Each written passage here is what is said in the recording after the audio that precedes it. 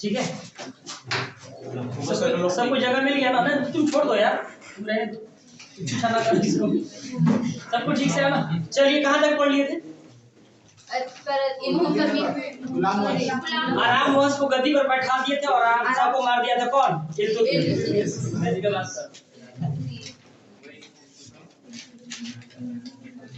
इल्तुतमिश 1211 में गद्दी पर बैठा और 1236 तक गद्दी पर बैठा रहा। इल्तुतमिश ने क्या क्या किया दिल्ली सल्तनत में अपने वंश यानी गुलाम वंश में, उसके बारे में चर्चा करेंगे मेरे भाइयों। जब हम पढ़ाते हैं तो आप लोग चुप हो जाया करिए, और जब हम चुप रहते हैं तो आप लोग बोल लिया करिए, ठीक है? आइए देखिए, आराम शाह की हत्या कर इल्तुतमिश क्या किया? गद्दी पर बैठा। इल्तुतमिश किसका गुलाम था? किसका गुलाम था? कुतुबुद्दीन ऐबक। और ये था, बैठ जाइए ना, ये कहाँ का निवासी था? तुर्किस्तान का। कहाँ का? तुर्किस्तान। अभी एक भारत तापी गैस परियोजना चला रहा है, जो रसिया से गैस पाइपलाइन आ रहा है, वो है रसिया से आ रहा है तो तुर्किस्तान भी पड़ता है बीच में, अफगानिस्तान, पाकिस्तान और इंडिया, ऐसे करके पाइपलाइन आ रहा है, लेकिन पाकिस्तान अभी रोक लगा रखा है, समझ गए? ये तुर्किस्तान का था और वहां का क्या था? तुर्क था। तुर्क सरदार के बारे में जान रहे ना? तो ये तुर्किस्तान का तुर्क था और गुलाम किसका था? ऐबक का। ये जब आया, इसने क्या किया कि 40 तुर्क सरदारों का एक दल बनाया। 40 तुर्क सरदारों का क्या किया? दल बनाया, जिसे तुर्क ए चिहलगानी कहा गया। बहुत महत्वपूर्ण है, तुर्क ए चिहलगानी। तुर्क ए चिहलगानी की स्थापना किसने किया? इल्तुतमिश ने। इल्तुतमिश जब गद्दी पर बैठा तो पहले राजधानी ऐबक के टाइम में कहाँ था? लाहौर। पिछले क्लास में पढ़े हैं ना? राजधानी कहाँ थी? लाहौर। इसने राजधानी दिल्ली ले आया। कहाँ ले आया? दिल्ली। और ये दिल्ली जब राजधानी ले आया, इसी वजह से इसको दिल्ली सल्तनत का वास्तविक संस्थापक भी कहा जाता है। वास्तविक संस्थापक कहा जाता है। क्लियर है? यहाँ तक बात समझ में आ गया? राजधानी दिल्ली पर ले आया और इसको क्या कहा गया इसी कारण से? वास्तविक संस्थापक।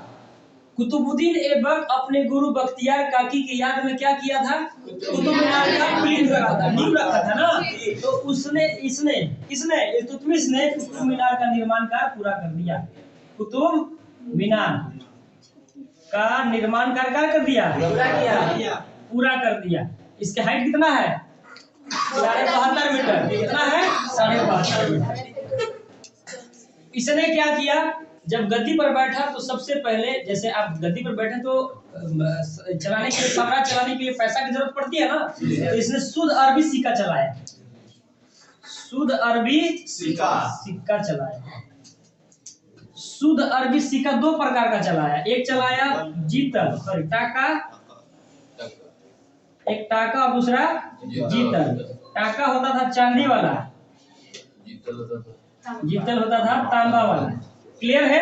2 प्रकार का शुद्ध अरबी सिक्का चलाया, एक टाका और दूसरा जीतल। टाका होता था चांदी का और जीतल होता था तांबा का। क्या बात है, दोनों अभिषेक में क्या हो रहा है? नजरों से कुछ तो हो रहा है।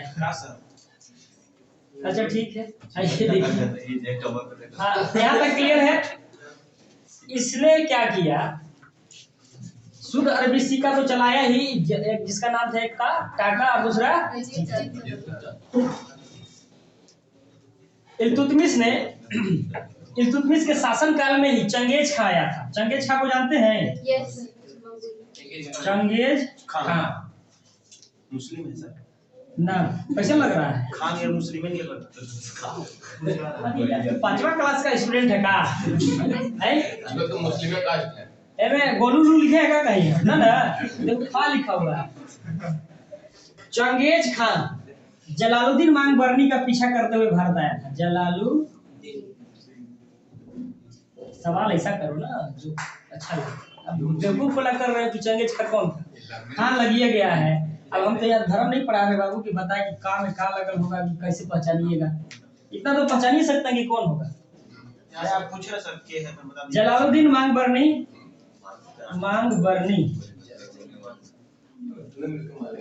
जलालुद्दीन मांगबरनी का पीछा करते हुए कौन आया था भारत?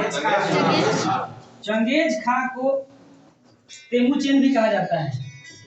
तेमुचीन या तेमुचीन, कहाँ मोबाइल पर? हेलो, हाँ ये तो मान लीजिए क्या है ना कि वो फॉर्म रेडी रखिएगा, मतलब क्या बोलते हैं डॉक्यूमेंट, और यहीं पे हो जाएगा, उनसे बात नहीं होगी। नहीं कोई दिक्कत नहीं भी आइएगा तो क्या हो जाएगा। एक सिग्नेचर और एक फोटो दे दीजिएगा।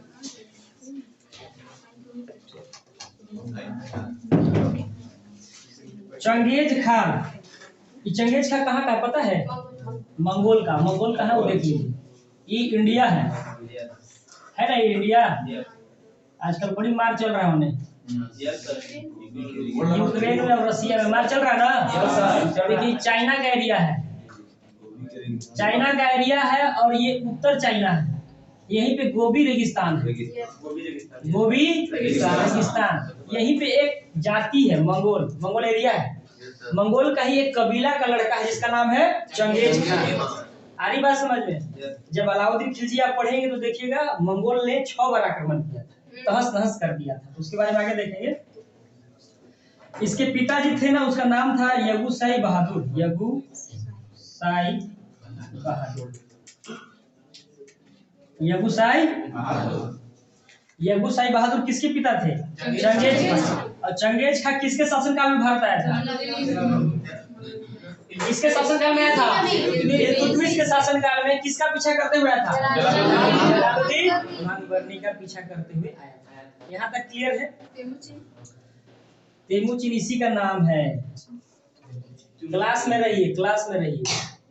चंगेज खां का ही नाम तेमुचीन है, इसी के पिताजी का नाम यगुसाई बहादुर है। चंगेज खां मंगोल निवासी है, मंगोल उत्तर चाइना के गोबी मरुस्थल में है। क्लियर है यहाँ तक? इल्तुतमिश ने क्या किया कि इक्ता प्रथा चलाया। इक्ता प्रथा का मतलब होता है वेतन के बदला भूमि देना। मैंने आप काम किए मेरे पास, अब हमको आपको पैसा देना था, पैसा के बदला जो जमीन दिया जाता था उसी को क्या कहा गया? इक्ता प्रथा कहा गया। जमीन दान में दिया गया, जमीन दान में दिया गया तो उसको क्या कहा गया? इक्ता प्रथा कहा गया। यहाँ तक कोई दिक्कत है?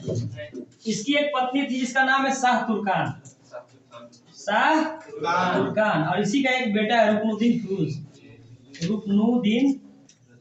फिरोज, और इसी की एक बेटी है रजिया सुल्तान।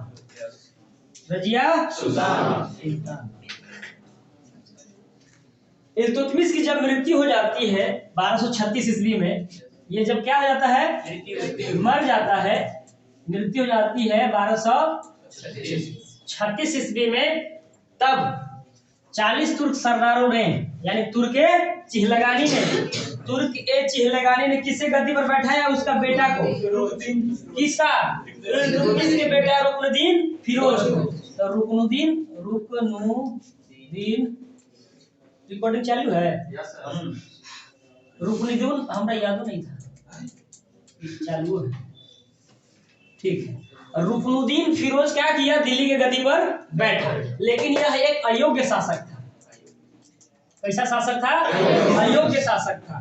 तो जब बेटा नालायक होता है, अब बाप है ये नहीं है, तो माँ थोड़ा सा नजर रखती है ना, तो शाह तुर्कान जो है ना, ये हस्तक्षेप करती थी, मतलब इसी का साया रहता था उसके ऊपर। जो भी डिसीजन लेती थी शाह तुर्कान लेती थी। नाम किसका होता था? रुकनुद्दीन फिरोज का। तो जब तुर्क चिहलगानी को ये बात पता चला तो इनके अवांछित हस्तक्षेप के कारण, मतलब शाह तुर्कान के अवांछित मतलब बिना चाहे हस्तक्षेप कर देते थी।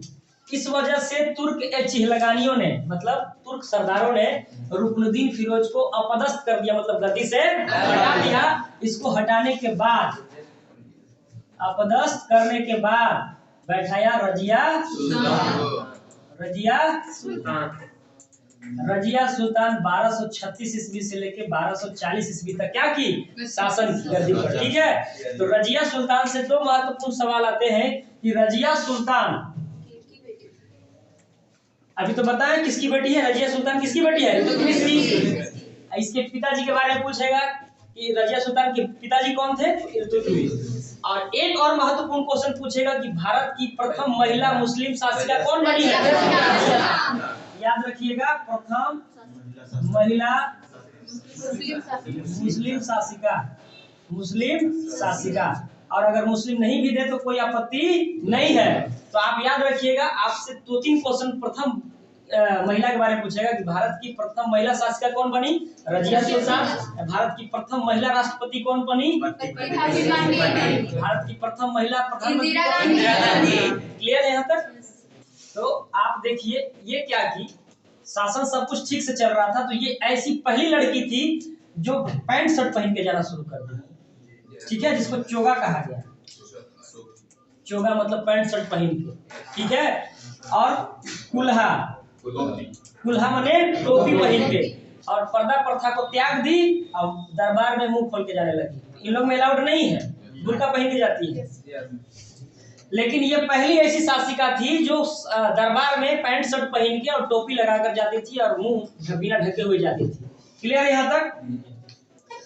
जब रजिया सुल्तान गद्दी पर बैठी और उसके बाद ये अपना विस्तार करना शुरू कर दिया। अभी तक तो तुर्क लोग ही था यहाँ पे, तो जो गैर तुर्क थे, तुर्क तो सामंत था, सामंत मैंने समझ रहे हैं ना, पिछले क्लास से भी आप वाकिफ हैं। सामंत का मतलब होता है अपने अधीन करना। तो जो गैर तुर्क थे उसको ये क्या करने लगी? अपने अधीन सामंत बनाने लगी। गैर तुर्कों को क्या करने लगी? सामंत बनाने लगी। सामंत का मतलब समझ में आ गया होगा, अपने अधीन करना। तो गैर तुर्कों को ये क्या करने लगी? सामंत बनाने लगी, जिसके कारण से जो अमीर तुर्क थे, अमीर तुर्क मतलब तुर्के चिल्लगानी, क्या हो गया? नाराज हो गया। नाराज होने के बाद रजिया सुल्तान को अपदस्थ कर दिया, मतलब गद्दी पर से हटा दिया। अब गद्दी पर से हटाने के बाद ये गद्दी पर बैठ गया बहराम शाह। बहराम। यहाँ तक बात स्पष्ट हो रहा है? आप सिलसिलेवार से समझ पा रहे हैं इतिहास को? बहराम शाह गद्दी पर बैठा 1240 से 42 तक, लेकिन अभी रजिया सुल्तान मरी नहीं है, अभी गद्दी पर से हटी है। रजिया सुल्तान पंजाब के ताबर हिंद भटिंडा को गई, ताबर हिंद भटिंडा में गई थी, भटिंडा में गई थी। वहां पे कुछ आपस में ही विद्रोह चल रहा था, तो वहां पे एक शख्स से मुलाकात हो गई, उसी से इसको प्रेम हो गया, जिसका नाम है अल्तुनिया। अल्तुनिया। इस व्यक्ति से रजिया सुल्तान की मुलाकात हुई और इसी से प्रेम हो गया और रजिया सुल्तान अल्तुनिया से विवाह कर लिया। ठीक है, क्योंकि अब ये शासिका थी नहीं, इसलिए अल्तुनिया से विवाह किया। तब दोनों पति पत्नी विचार किए कि अब क्या होना चाहिए, चलो एक बार फिर ट्राई करते हैं, गद्दी मिल जाएगा तो बहुत अच्छा है। तो इन्होंने फिर से एक बार प्रयास किया, लेकिन असफल रहे और इनको गद्दी नहीं मिला। गद्दी मिलने में क्या हो गए? असफल हो गए। और रजिया सुल्तान जब ताबर हिंद भटिंडा से दिल्ली की ओर गुजर रही थी, तब कैथल नामक जंगल मिला। एक कैथल नामक जंगल है भाई, याद रखिएगा, कैथल जंगल है ना। कैथल जंगल में डाकुओं द्वारा, ये डाकू किसके थे? बहराम शाह। ठीक है, डाकुओं द्वारा 13 अक्टूबर 1240 ईस्वी को क्या कर दिया गया? रजिया सुल्तान की हत्या कर दिया गया और बहराम शाह फाइनली गद्दी पर बैठ गए। यहाँ तक बात स्पष्ट है? एक बार रिवाइज कर लीजिए, इसके बाद फिर बहराम शाह आगे चलते हैं। ठीक है, देखिए, आराम शाह की हत्या करके इल्तुतमिश 1211 ईस्वी में गद्दी पर बैठा और गद्दी पर बैठने के बाद क्या किया? 40 तुर्क सरदारों का एक संगठन तैयार किया, जिसे क्या कहा गया? इसने राजधानी लाहौर से कहां ले आया? इसलिए इसे वास्तविक संस्थापक भी कहा जाता है। कुतुबुद्दीन ऐबक द्वारा नींव डाली गई कुतुब मीनार का निर्माण कार्य किसने पूरा किया? इल्तुतमिश ने। शुद्ध अरबी सिक्का किसने चलाया? इल्तुतमिश ने। एक चीज और छूट गया, भारत में मकबरा तथा गुंबज देख रहे हैं ना? अरे मस्जिदवा के ऊपर गोल का देखे गुंबज। भारत में मकबरा और गुंबज बनाने का प्रथम श्रेय किसको जाता है? इल्तुतमिश को। यानी भारत में जो मकबरा देख रहे हैं आप या गुंबज, वो सबसे पहले कौन बनवाया? इल्तुतमिश। इसी के बाद से बनना शुरू हो गया। जलालुद्दीन मांगबरनी। मकबरा का मतलब होता है कि जहाँ पे कुछ वैसे व्यक्ति जो प्रतिष्ठित होते हैं या आपसे जिसको मोहब्बत है, आप उसकी याद पर, उसकी मरण स्थली पर अगर कुछ आप बना देते हैं, वास्तुकला तैयार कर देते हैं, तो उसको मकबरा कहा जाता है। तो ताजमहल भी मकबरा ही है, लेकिन उसके पास राजा था, वो पैसा था, आशिक मिजाज का था तो बना दिया। अब बना दिया इतना कि खजाने खाली हो गए। तब बेटा कहा कि ना तेरा तो छोड़ेंगे नहीं, एगो पत्नी के चक्कर में दुर्राजस्व खाली कर दिया। आगे पढ़ेंगे उसके बारे में। योग करें हम बना देंगे। अगर है ये कोई चीज है अभी। आई देखिए चंगेज खां जो मंगोल निवासी था, मंगोल समझ में आ रहा है कहाँ है? उत्तर चाइना के कोबी मरुस्थल में। वहां का निवासी चंगेज खां जलालुद्दीन मांगबरनी का पीछा करते हुए आया था। जलालुद्दीन मांगबरनी के बारे में दिमाग में जहन में सवाल आ रहा होगा, तो ये ख्वारिज्म का सम्राट था।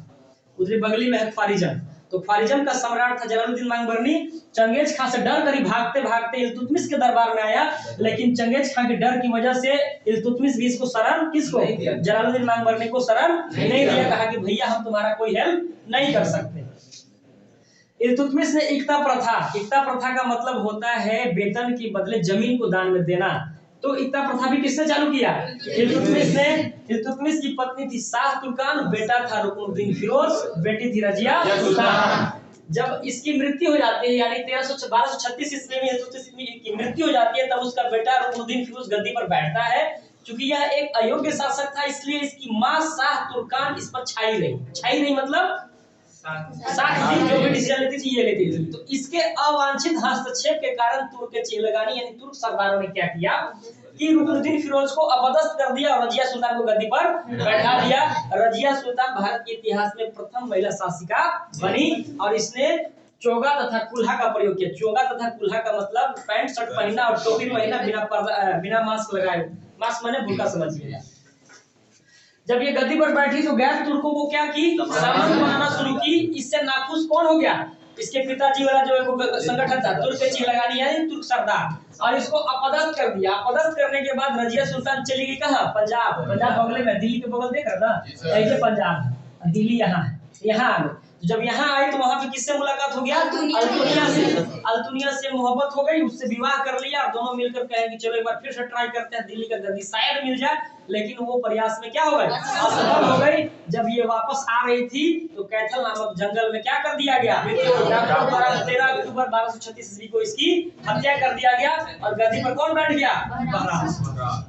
बहराम शाह जब गद्दी पर बैठा, इधर लिखे ना,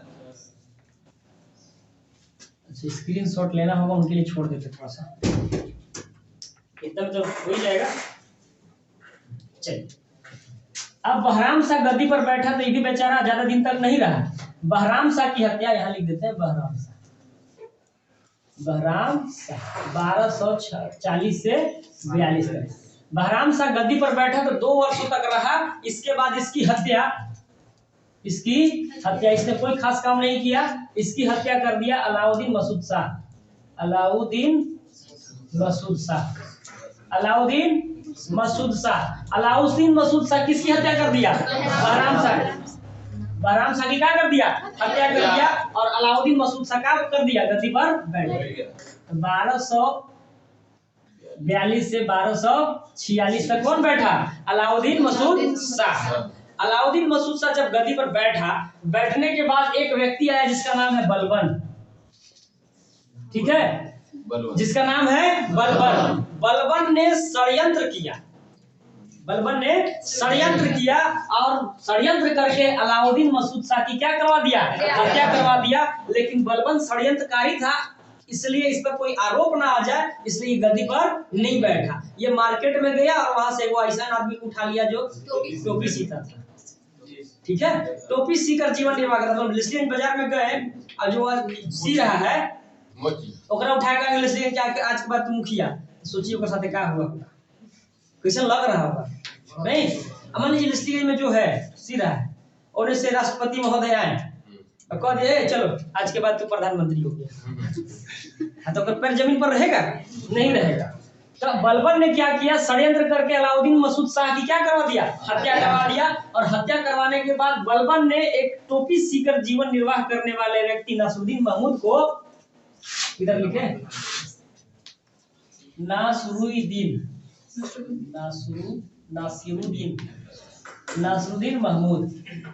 नासिरुद्दीन महमूद को क्या कर दिया?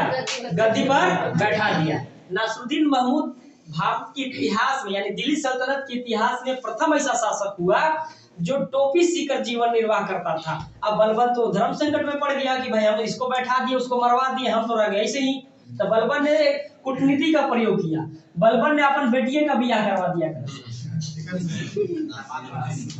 इसका देखिए बलबन जो है ना एकरा से अपन पुत्री का क्या करवा दिया, विवाह करवा दिया। कहा कि अब ऐसे तो नहीं होगा, कूटनीतिक विजय करेंगे, इसको नहीं मारेंगे। इसको क्या किया, अपन बेटी से बियाह करवा दिया। अब बियाह कराने के बाद ही हो गया दमाद। अब दमाद ऐसा होते हैं आजकल की सासे ससुर और साली की बात सुनते हैं, गहम माई बात का कम है कि नहीं, है ना बात सही। अजी आप लोग इस स्टेज से गुजरिएगा, चिंता नहीं करना है। अभी ना हुआ क्या किसी का, कोई है शादीशुदा?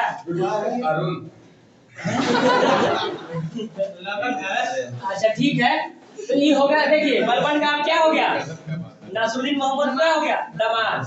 दामाद हो गया तो बात तो सुनना पड़ेगा ना, तो बात सुनना शुरू कर दे। तो नासरुद्दीन महमूद कहे कि भाई अब तो गद्दी पर नहीं है ससुर साहब, आप जो कहिए। तो बलबन कहा कि देखो हम इतना बेवकूफ नहीं है कि तू टोपी सी के जीता था, तोरा उठा के हम राजा बना दिए, अपन बेटियों से ब्याह करा दिए, अब तू ही राजपाट संभालेगा, ऐसा नहीं है मेरे भाई। तो कैसा है, कहा कि जाओ तुम एंजॉय करो, जाओ हनीमून पे जाना है तो जाओ, उधर रहना, अब मत आना। तो वो चला गया और जाने के बाद उधर रह गया, मतलब गद्दी से इसको हटाकर बलबन गद्दी पर बैठ गया। यहाँ तक बात स्पष्ट है। तो अब हम लोग देखेंगे बलबन के बारे में। दस्तक कहाँ है,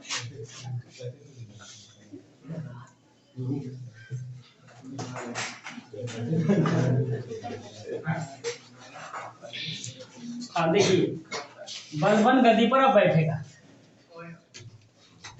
बलबन क्या हो गया, एक डर लेगा काम तो बेंक पकड़ ले क्लास में, बेंक कहाँ से बेंक मतलब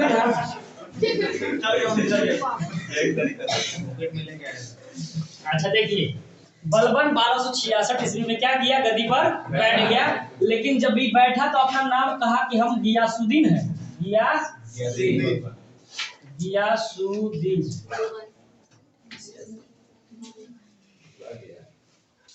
गियासुद्दीन बलबन के नाम से क्या किया, 1266 ईस्वी में दिल्ली की गद्दी पर बैठ गया। लेकिन इसका वास्तविक नाम बहाउद्दीन था। वास्तविक नाम क्या था, बहाउद्दीन। दामाद बड़ी खुश था एकरा से, बलबन से। दामाद कौन था, नासरुद्दीन महमूद। कहा कि हम तो बलबन नहीं कहेंगे आपको, न बहाउद्दीन कहेंगे, हम आपको उलूम खां कहेंगे। उलूम खां। तो बलबन का एक और नाम है क्या, उलूम खां।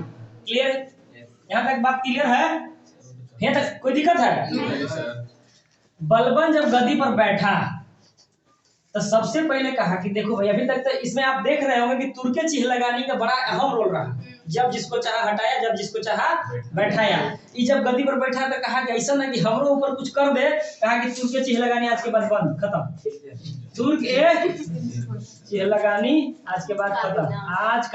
आज के बाद कोई तुर्क चिहलगानी नहीं होगा। तो आपसे दो सवाल पूछेगा कि तुर्क चिहलगानी की स्थापना किसने किया, इल्तुतमिश। और तुर्क चिहलगानी को खत्म किसने किया? यहाँ तक क्लियर है? कब किया गद्दी पर बैठने के साथ ही कर दिया 66 में। अब 1266 में बैठे तो मामला बिगड़ ना जाएगा। जान रहा है कि कहीं ना कहीं एक्शन ले लेगा, सरकार बदल देगा। तो सरकार बदलने से पहले है कि नेता ने कुछ न कुछ आरोप लगा के खत्म कर दो। तो तुर्क चिहलगानी को बलबन ने क्या कर दिया, समाप्त कर दिया। अब बलबन जब गद्दी पर बैठा तो इसने कहा कि जितने भी हमारे विद्रोही हैं उनके लिए एक नीति अपना, उसका नाम है लौह तथा रक्त का नीति, यानी कठोर। अगर आप गलत किए हैं तो सजा ही मिलेगा, माफी का कोई गुंजाइश नहीं है। इसने क्या किया कि ईरान से प्रेरित होकर नवरोजे का त्योहार चलाया। एक पर्व होता है इन लोग का, नवरोजे का त्योहार या नवरोजे का त्योहार, ठीक है। तो इसने किससे प्रेरित होकर, ईरान से प्रेरित होकर एक पर्व चलाया जिसका नाम है नवरोजे का, ठीक है। इसने ईरान से ही एक बार और प्रेरित हुआ और इसने दरबार में सिजदा तथा पाबोस लागू किया। सिजदा तथा पाबोस। कहा कि भाई जो कोई भी दरबार में आएगा ऐसे खड़ा होकर नहीं बात करेगा, पहले वो जे घुटना में बैठो, इसका मतलब वो सिजदा, घुटना पे बैठ गया मतलब सिजदा। अब ओइ जब बैठले हमारा पैर को चूम लो, हुआ पावोस। ठीक है, तो जो कोई भी राजा आएगा वो पहले घुटना टेकेगा, ऊपर देखबे नहीं करेगा, घुटना टेक के और जे पैर चूम लेना ये महाराजा हमारे जी गरिए के। ठीक, तो सीजदा तथा पावोस किसने लागू किया? यहाँ तक बात स्पष्ट। इसने अपने आप को अफरासियाज का वंशज घोषित किया। अफरासियाज का वंशज घोषित किया। देखिए, जब हम लोग गजनवी पढ़ रहे थे तो गजनवी के साथ 2-3 को इतिहासकार भारत आया था, जिसमें अलबरूनी है जिसने किताबुल हिंद की रचना की, फिरदौसी है जिसने शाहनामा की रचना की। तो फिरदौसी की ही रचना शाहनामा में इसे अफरासियाज का वंशज घोषित किया गया है, मतलब उच्च कोटि का मुसलमान। ठीक है, अफरासियाज वंशज मतलब उच्च कोटि का मुसलमान। अपने आप को कहा कि हम सबसे सर्वश्रेष्ठ है, उच्च कोटि का मुसलमान है। इसने क्या किया? और इसने जिले इलाही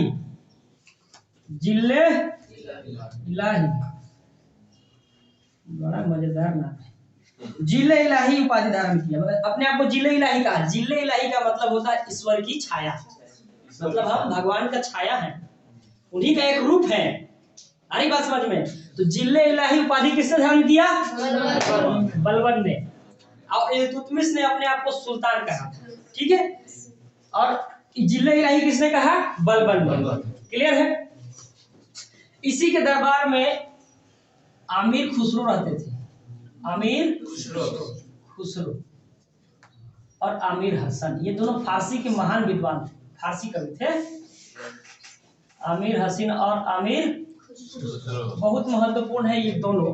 अमीर खुसरो से बहुत बार क्वेश्चन आया है कि अमीर खुसरो किसके दरबार में रहते थे? बलबन के दरबार में रहते थे। अमीर खुसरो के बारे में थोड़ा सा जानिए। अमीर खुसरो ये यूपी में बदायूं पड़ता है, बदायूं वहीं के, ठीक है ना, निवासी थे, वहीं इनका जन्म हुआ था। अमीर खुसरो को सितार तथा तबला का जनक कहा जाता है। तबला का जनक कहा जाता है। समझ में आ रही बात? ये तुगलक से लेके अलाउद्दीन खिलजी के दरबार तक रहे थे, मतलब खिलजी वंश तुगलक वंश तक गए थे, इसीलिए इसे भारतीय इतिहास में तोताए हिंद कहा जाता है। तोताए हिंद कहा जाता है। यहाँ तक अब स्पष्ट है। बलबन का एक बेटा था जिसका नाम है शहजाद महमूद। हमने पहले ही बताया कि मंगोलों का आक्रमण होता था। मंगोल लाया था ना चंगेज खां भी, तो मंगोल लोग इधर से नजदीक पड़ता है मेरे भाई, देखो इधर है ना, यहाँ से भारत नजदीक पड़ता है ना, तो इधर से इन लोग आक्रमण करता था, लेकिन यहाँ पे पहाड़ था तो इन लोग ऐसे इधर से आके इधर से आता था। ठीक है ना? तो मंगोल आक्रमण के दौरान बलबन के प्रिय पुत्र शहजाद महमूद की मृत्यु 1287 ईस्वी में हुई। किस आक्रमण में? मंगोल आक्रमण का उद्देश्य क्या था? धन संपत्ति को लूटना। 1287 ईस्वी में बलबन के प्रिय पुत्र शहजाद महमूद की मृत्यु हो जाती है, जिसके सोच में बलबन की मृत्यु हो जाती है। बलबन की मृत्यु 1287 ईस्वी में हो जाती है। 1287 से लेके 1290 तक एक दो शासक छोटे छोटे आए हैं, जिनके बारे में इतिहास में कुछ खास बातें नहीं है। इसलिए सीधे अब देखिए कि इस वंश का अंतिम शासक किसका? अरे कौन सा वंश पढ़ रहे हैं आप लोग? गुलाम वंश या दास वंश? कौन सा? गुलाम वंश। तो गुलाम वंश का अंतिम शासक समुद्दीन कैमूर्स। क्यूमर्स भी कहते हैं, कैमूर्स भी बोलते हैं। ठीक है ना, लिख देते हैं दोनों। क्यूमर्स भी कहीं कहीं दे देता है। तो शमसुद्दीन कैमूर्स या क्यूमर्स। ठीक है, इस वंश का अंतिम शासक कौन था? शमसुद्दीन या समुद्दीन कैमूर्स या क्यूमर्स। यहाँ तक बात समझ में आई? अरे गुलाम वंश समझ में आया? गुलाम वंश की स्थापना कुतुबुद्दीन ऐबक ने किया। ऐबक के बाद गद्दी पर बैठा आराम शाह को मार के बैठा इल्तुतमिश के बाद उसका बेटा रुकनुद्दीन फिरोज बैठा। रुकनुद्दीन फिरोज अयोग्य शासक था, इसलिए रजिया सुल्तान बैठी। रजिया सुल्तान को पदस्थ कर दिया तुर्की लगानी और बैठाया बहराम शाह को। बहराम शाह की हत्या कर दिया अलाउद्दीन मसूद शाह की हत्या कर दिया बलबन ने षड्यंत्र करवाकर। उसके बाद गद्दी पर बैठ गया नासरुद्दीन महमूद, और नासरुद्दीन महमूद को अपना दामाद बना लिया और बैठ गया कौन गद्दी पर? बलबन। और बलबन बैठा, उसके बाद उसका अंतिम शासक कौन हुआ? शमसुद्दीन। क्लियर है यहाँ तक? कोई दिक्कत है? और यहाँ तक बात समझ में आया? ठीक है, तो इस वीडियो को यहीं खत्म करते हैं।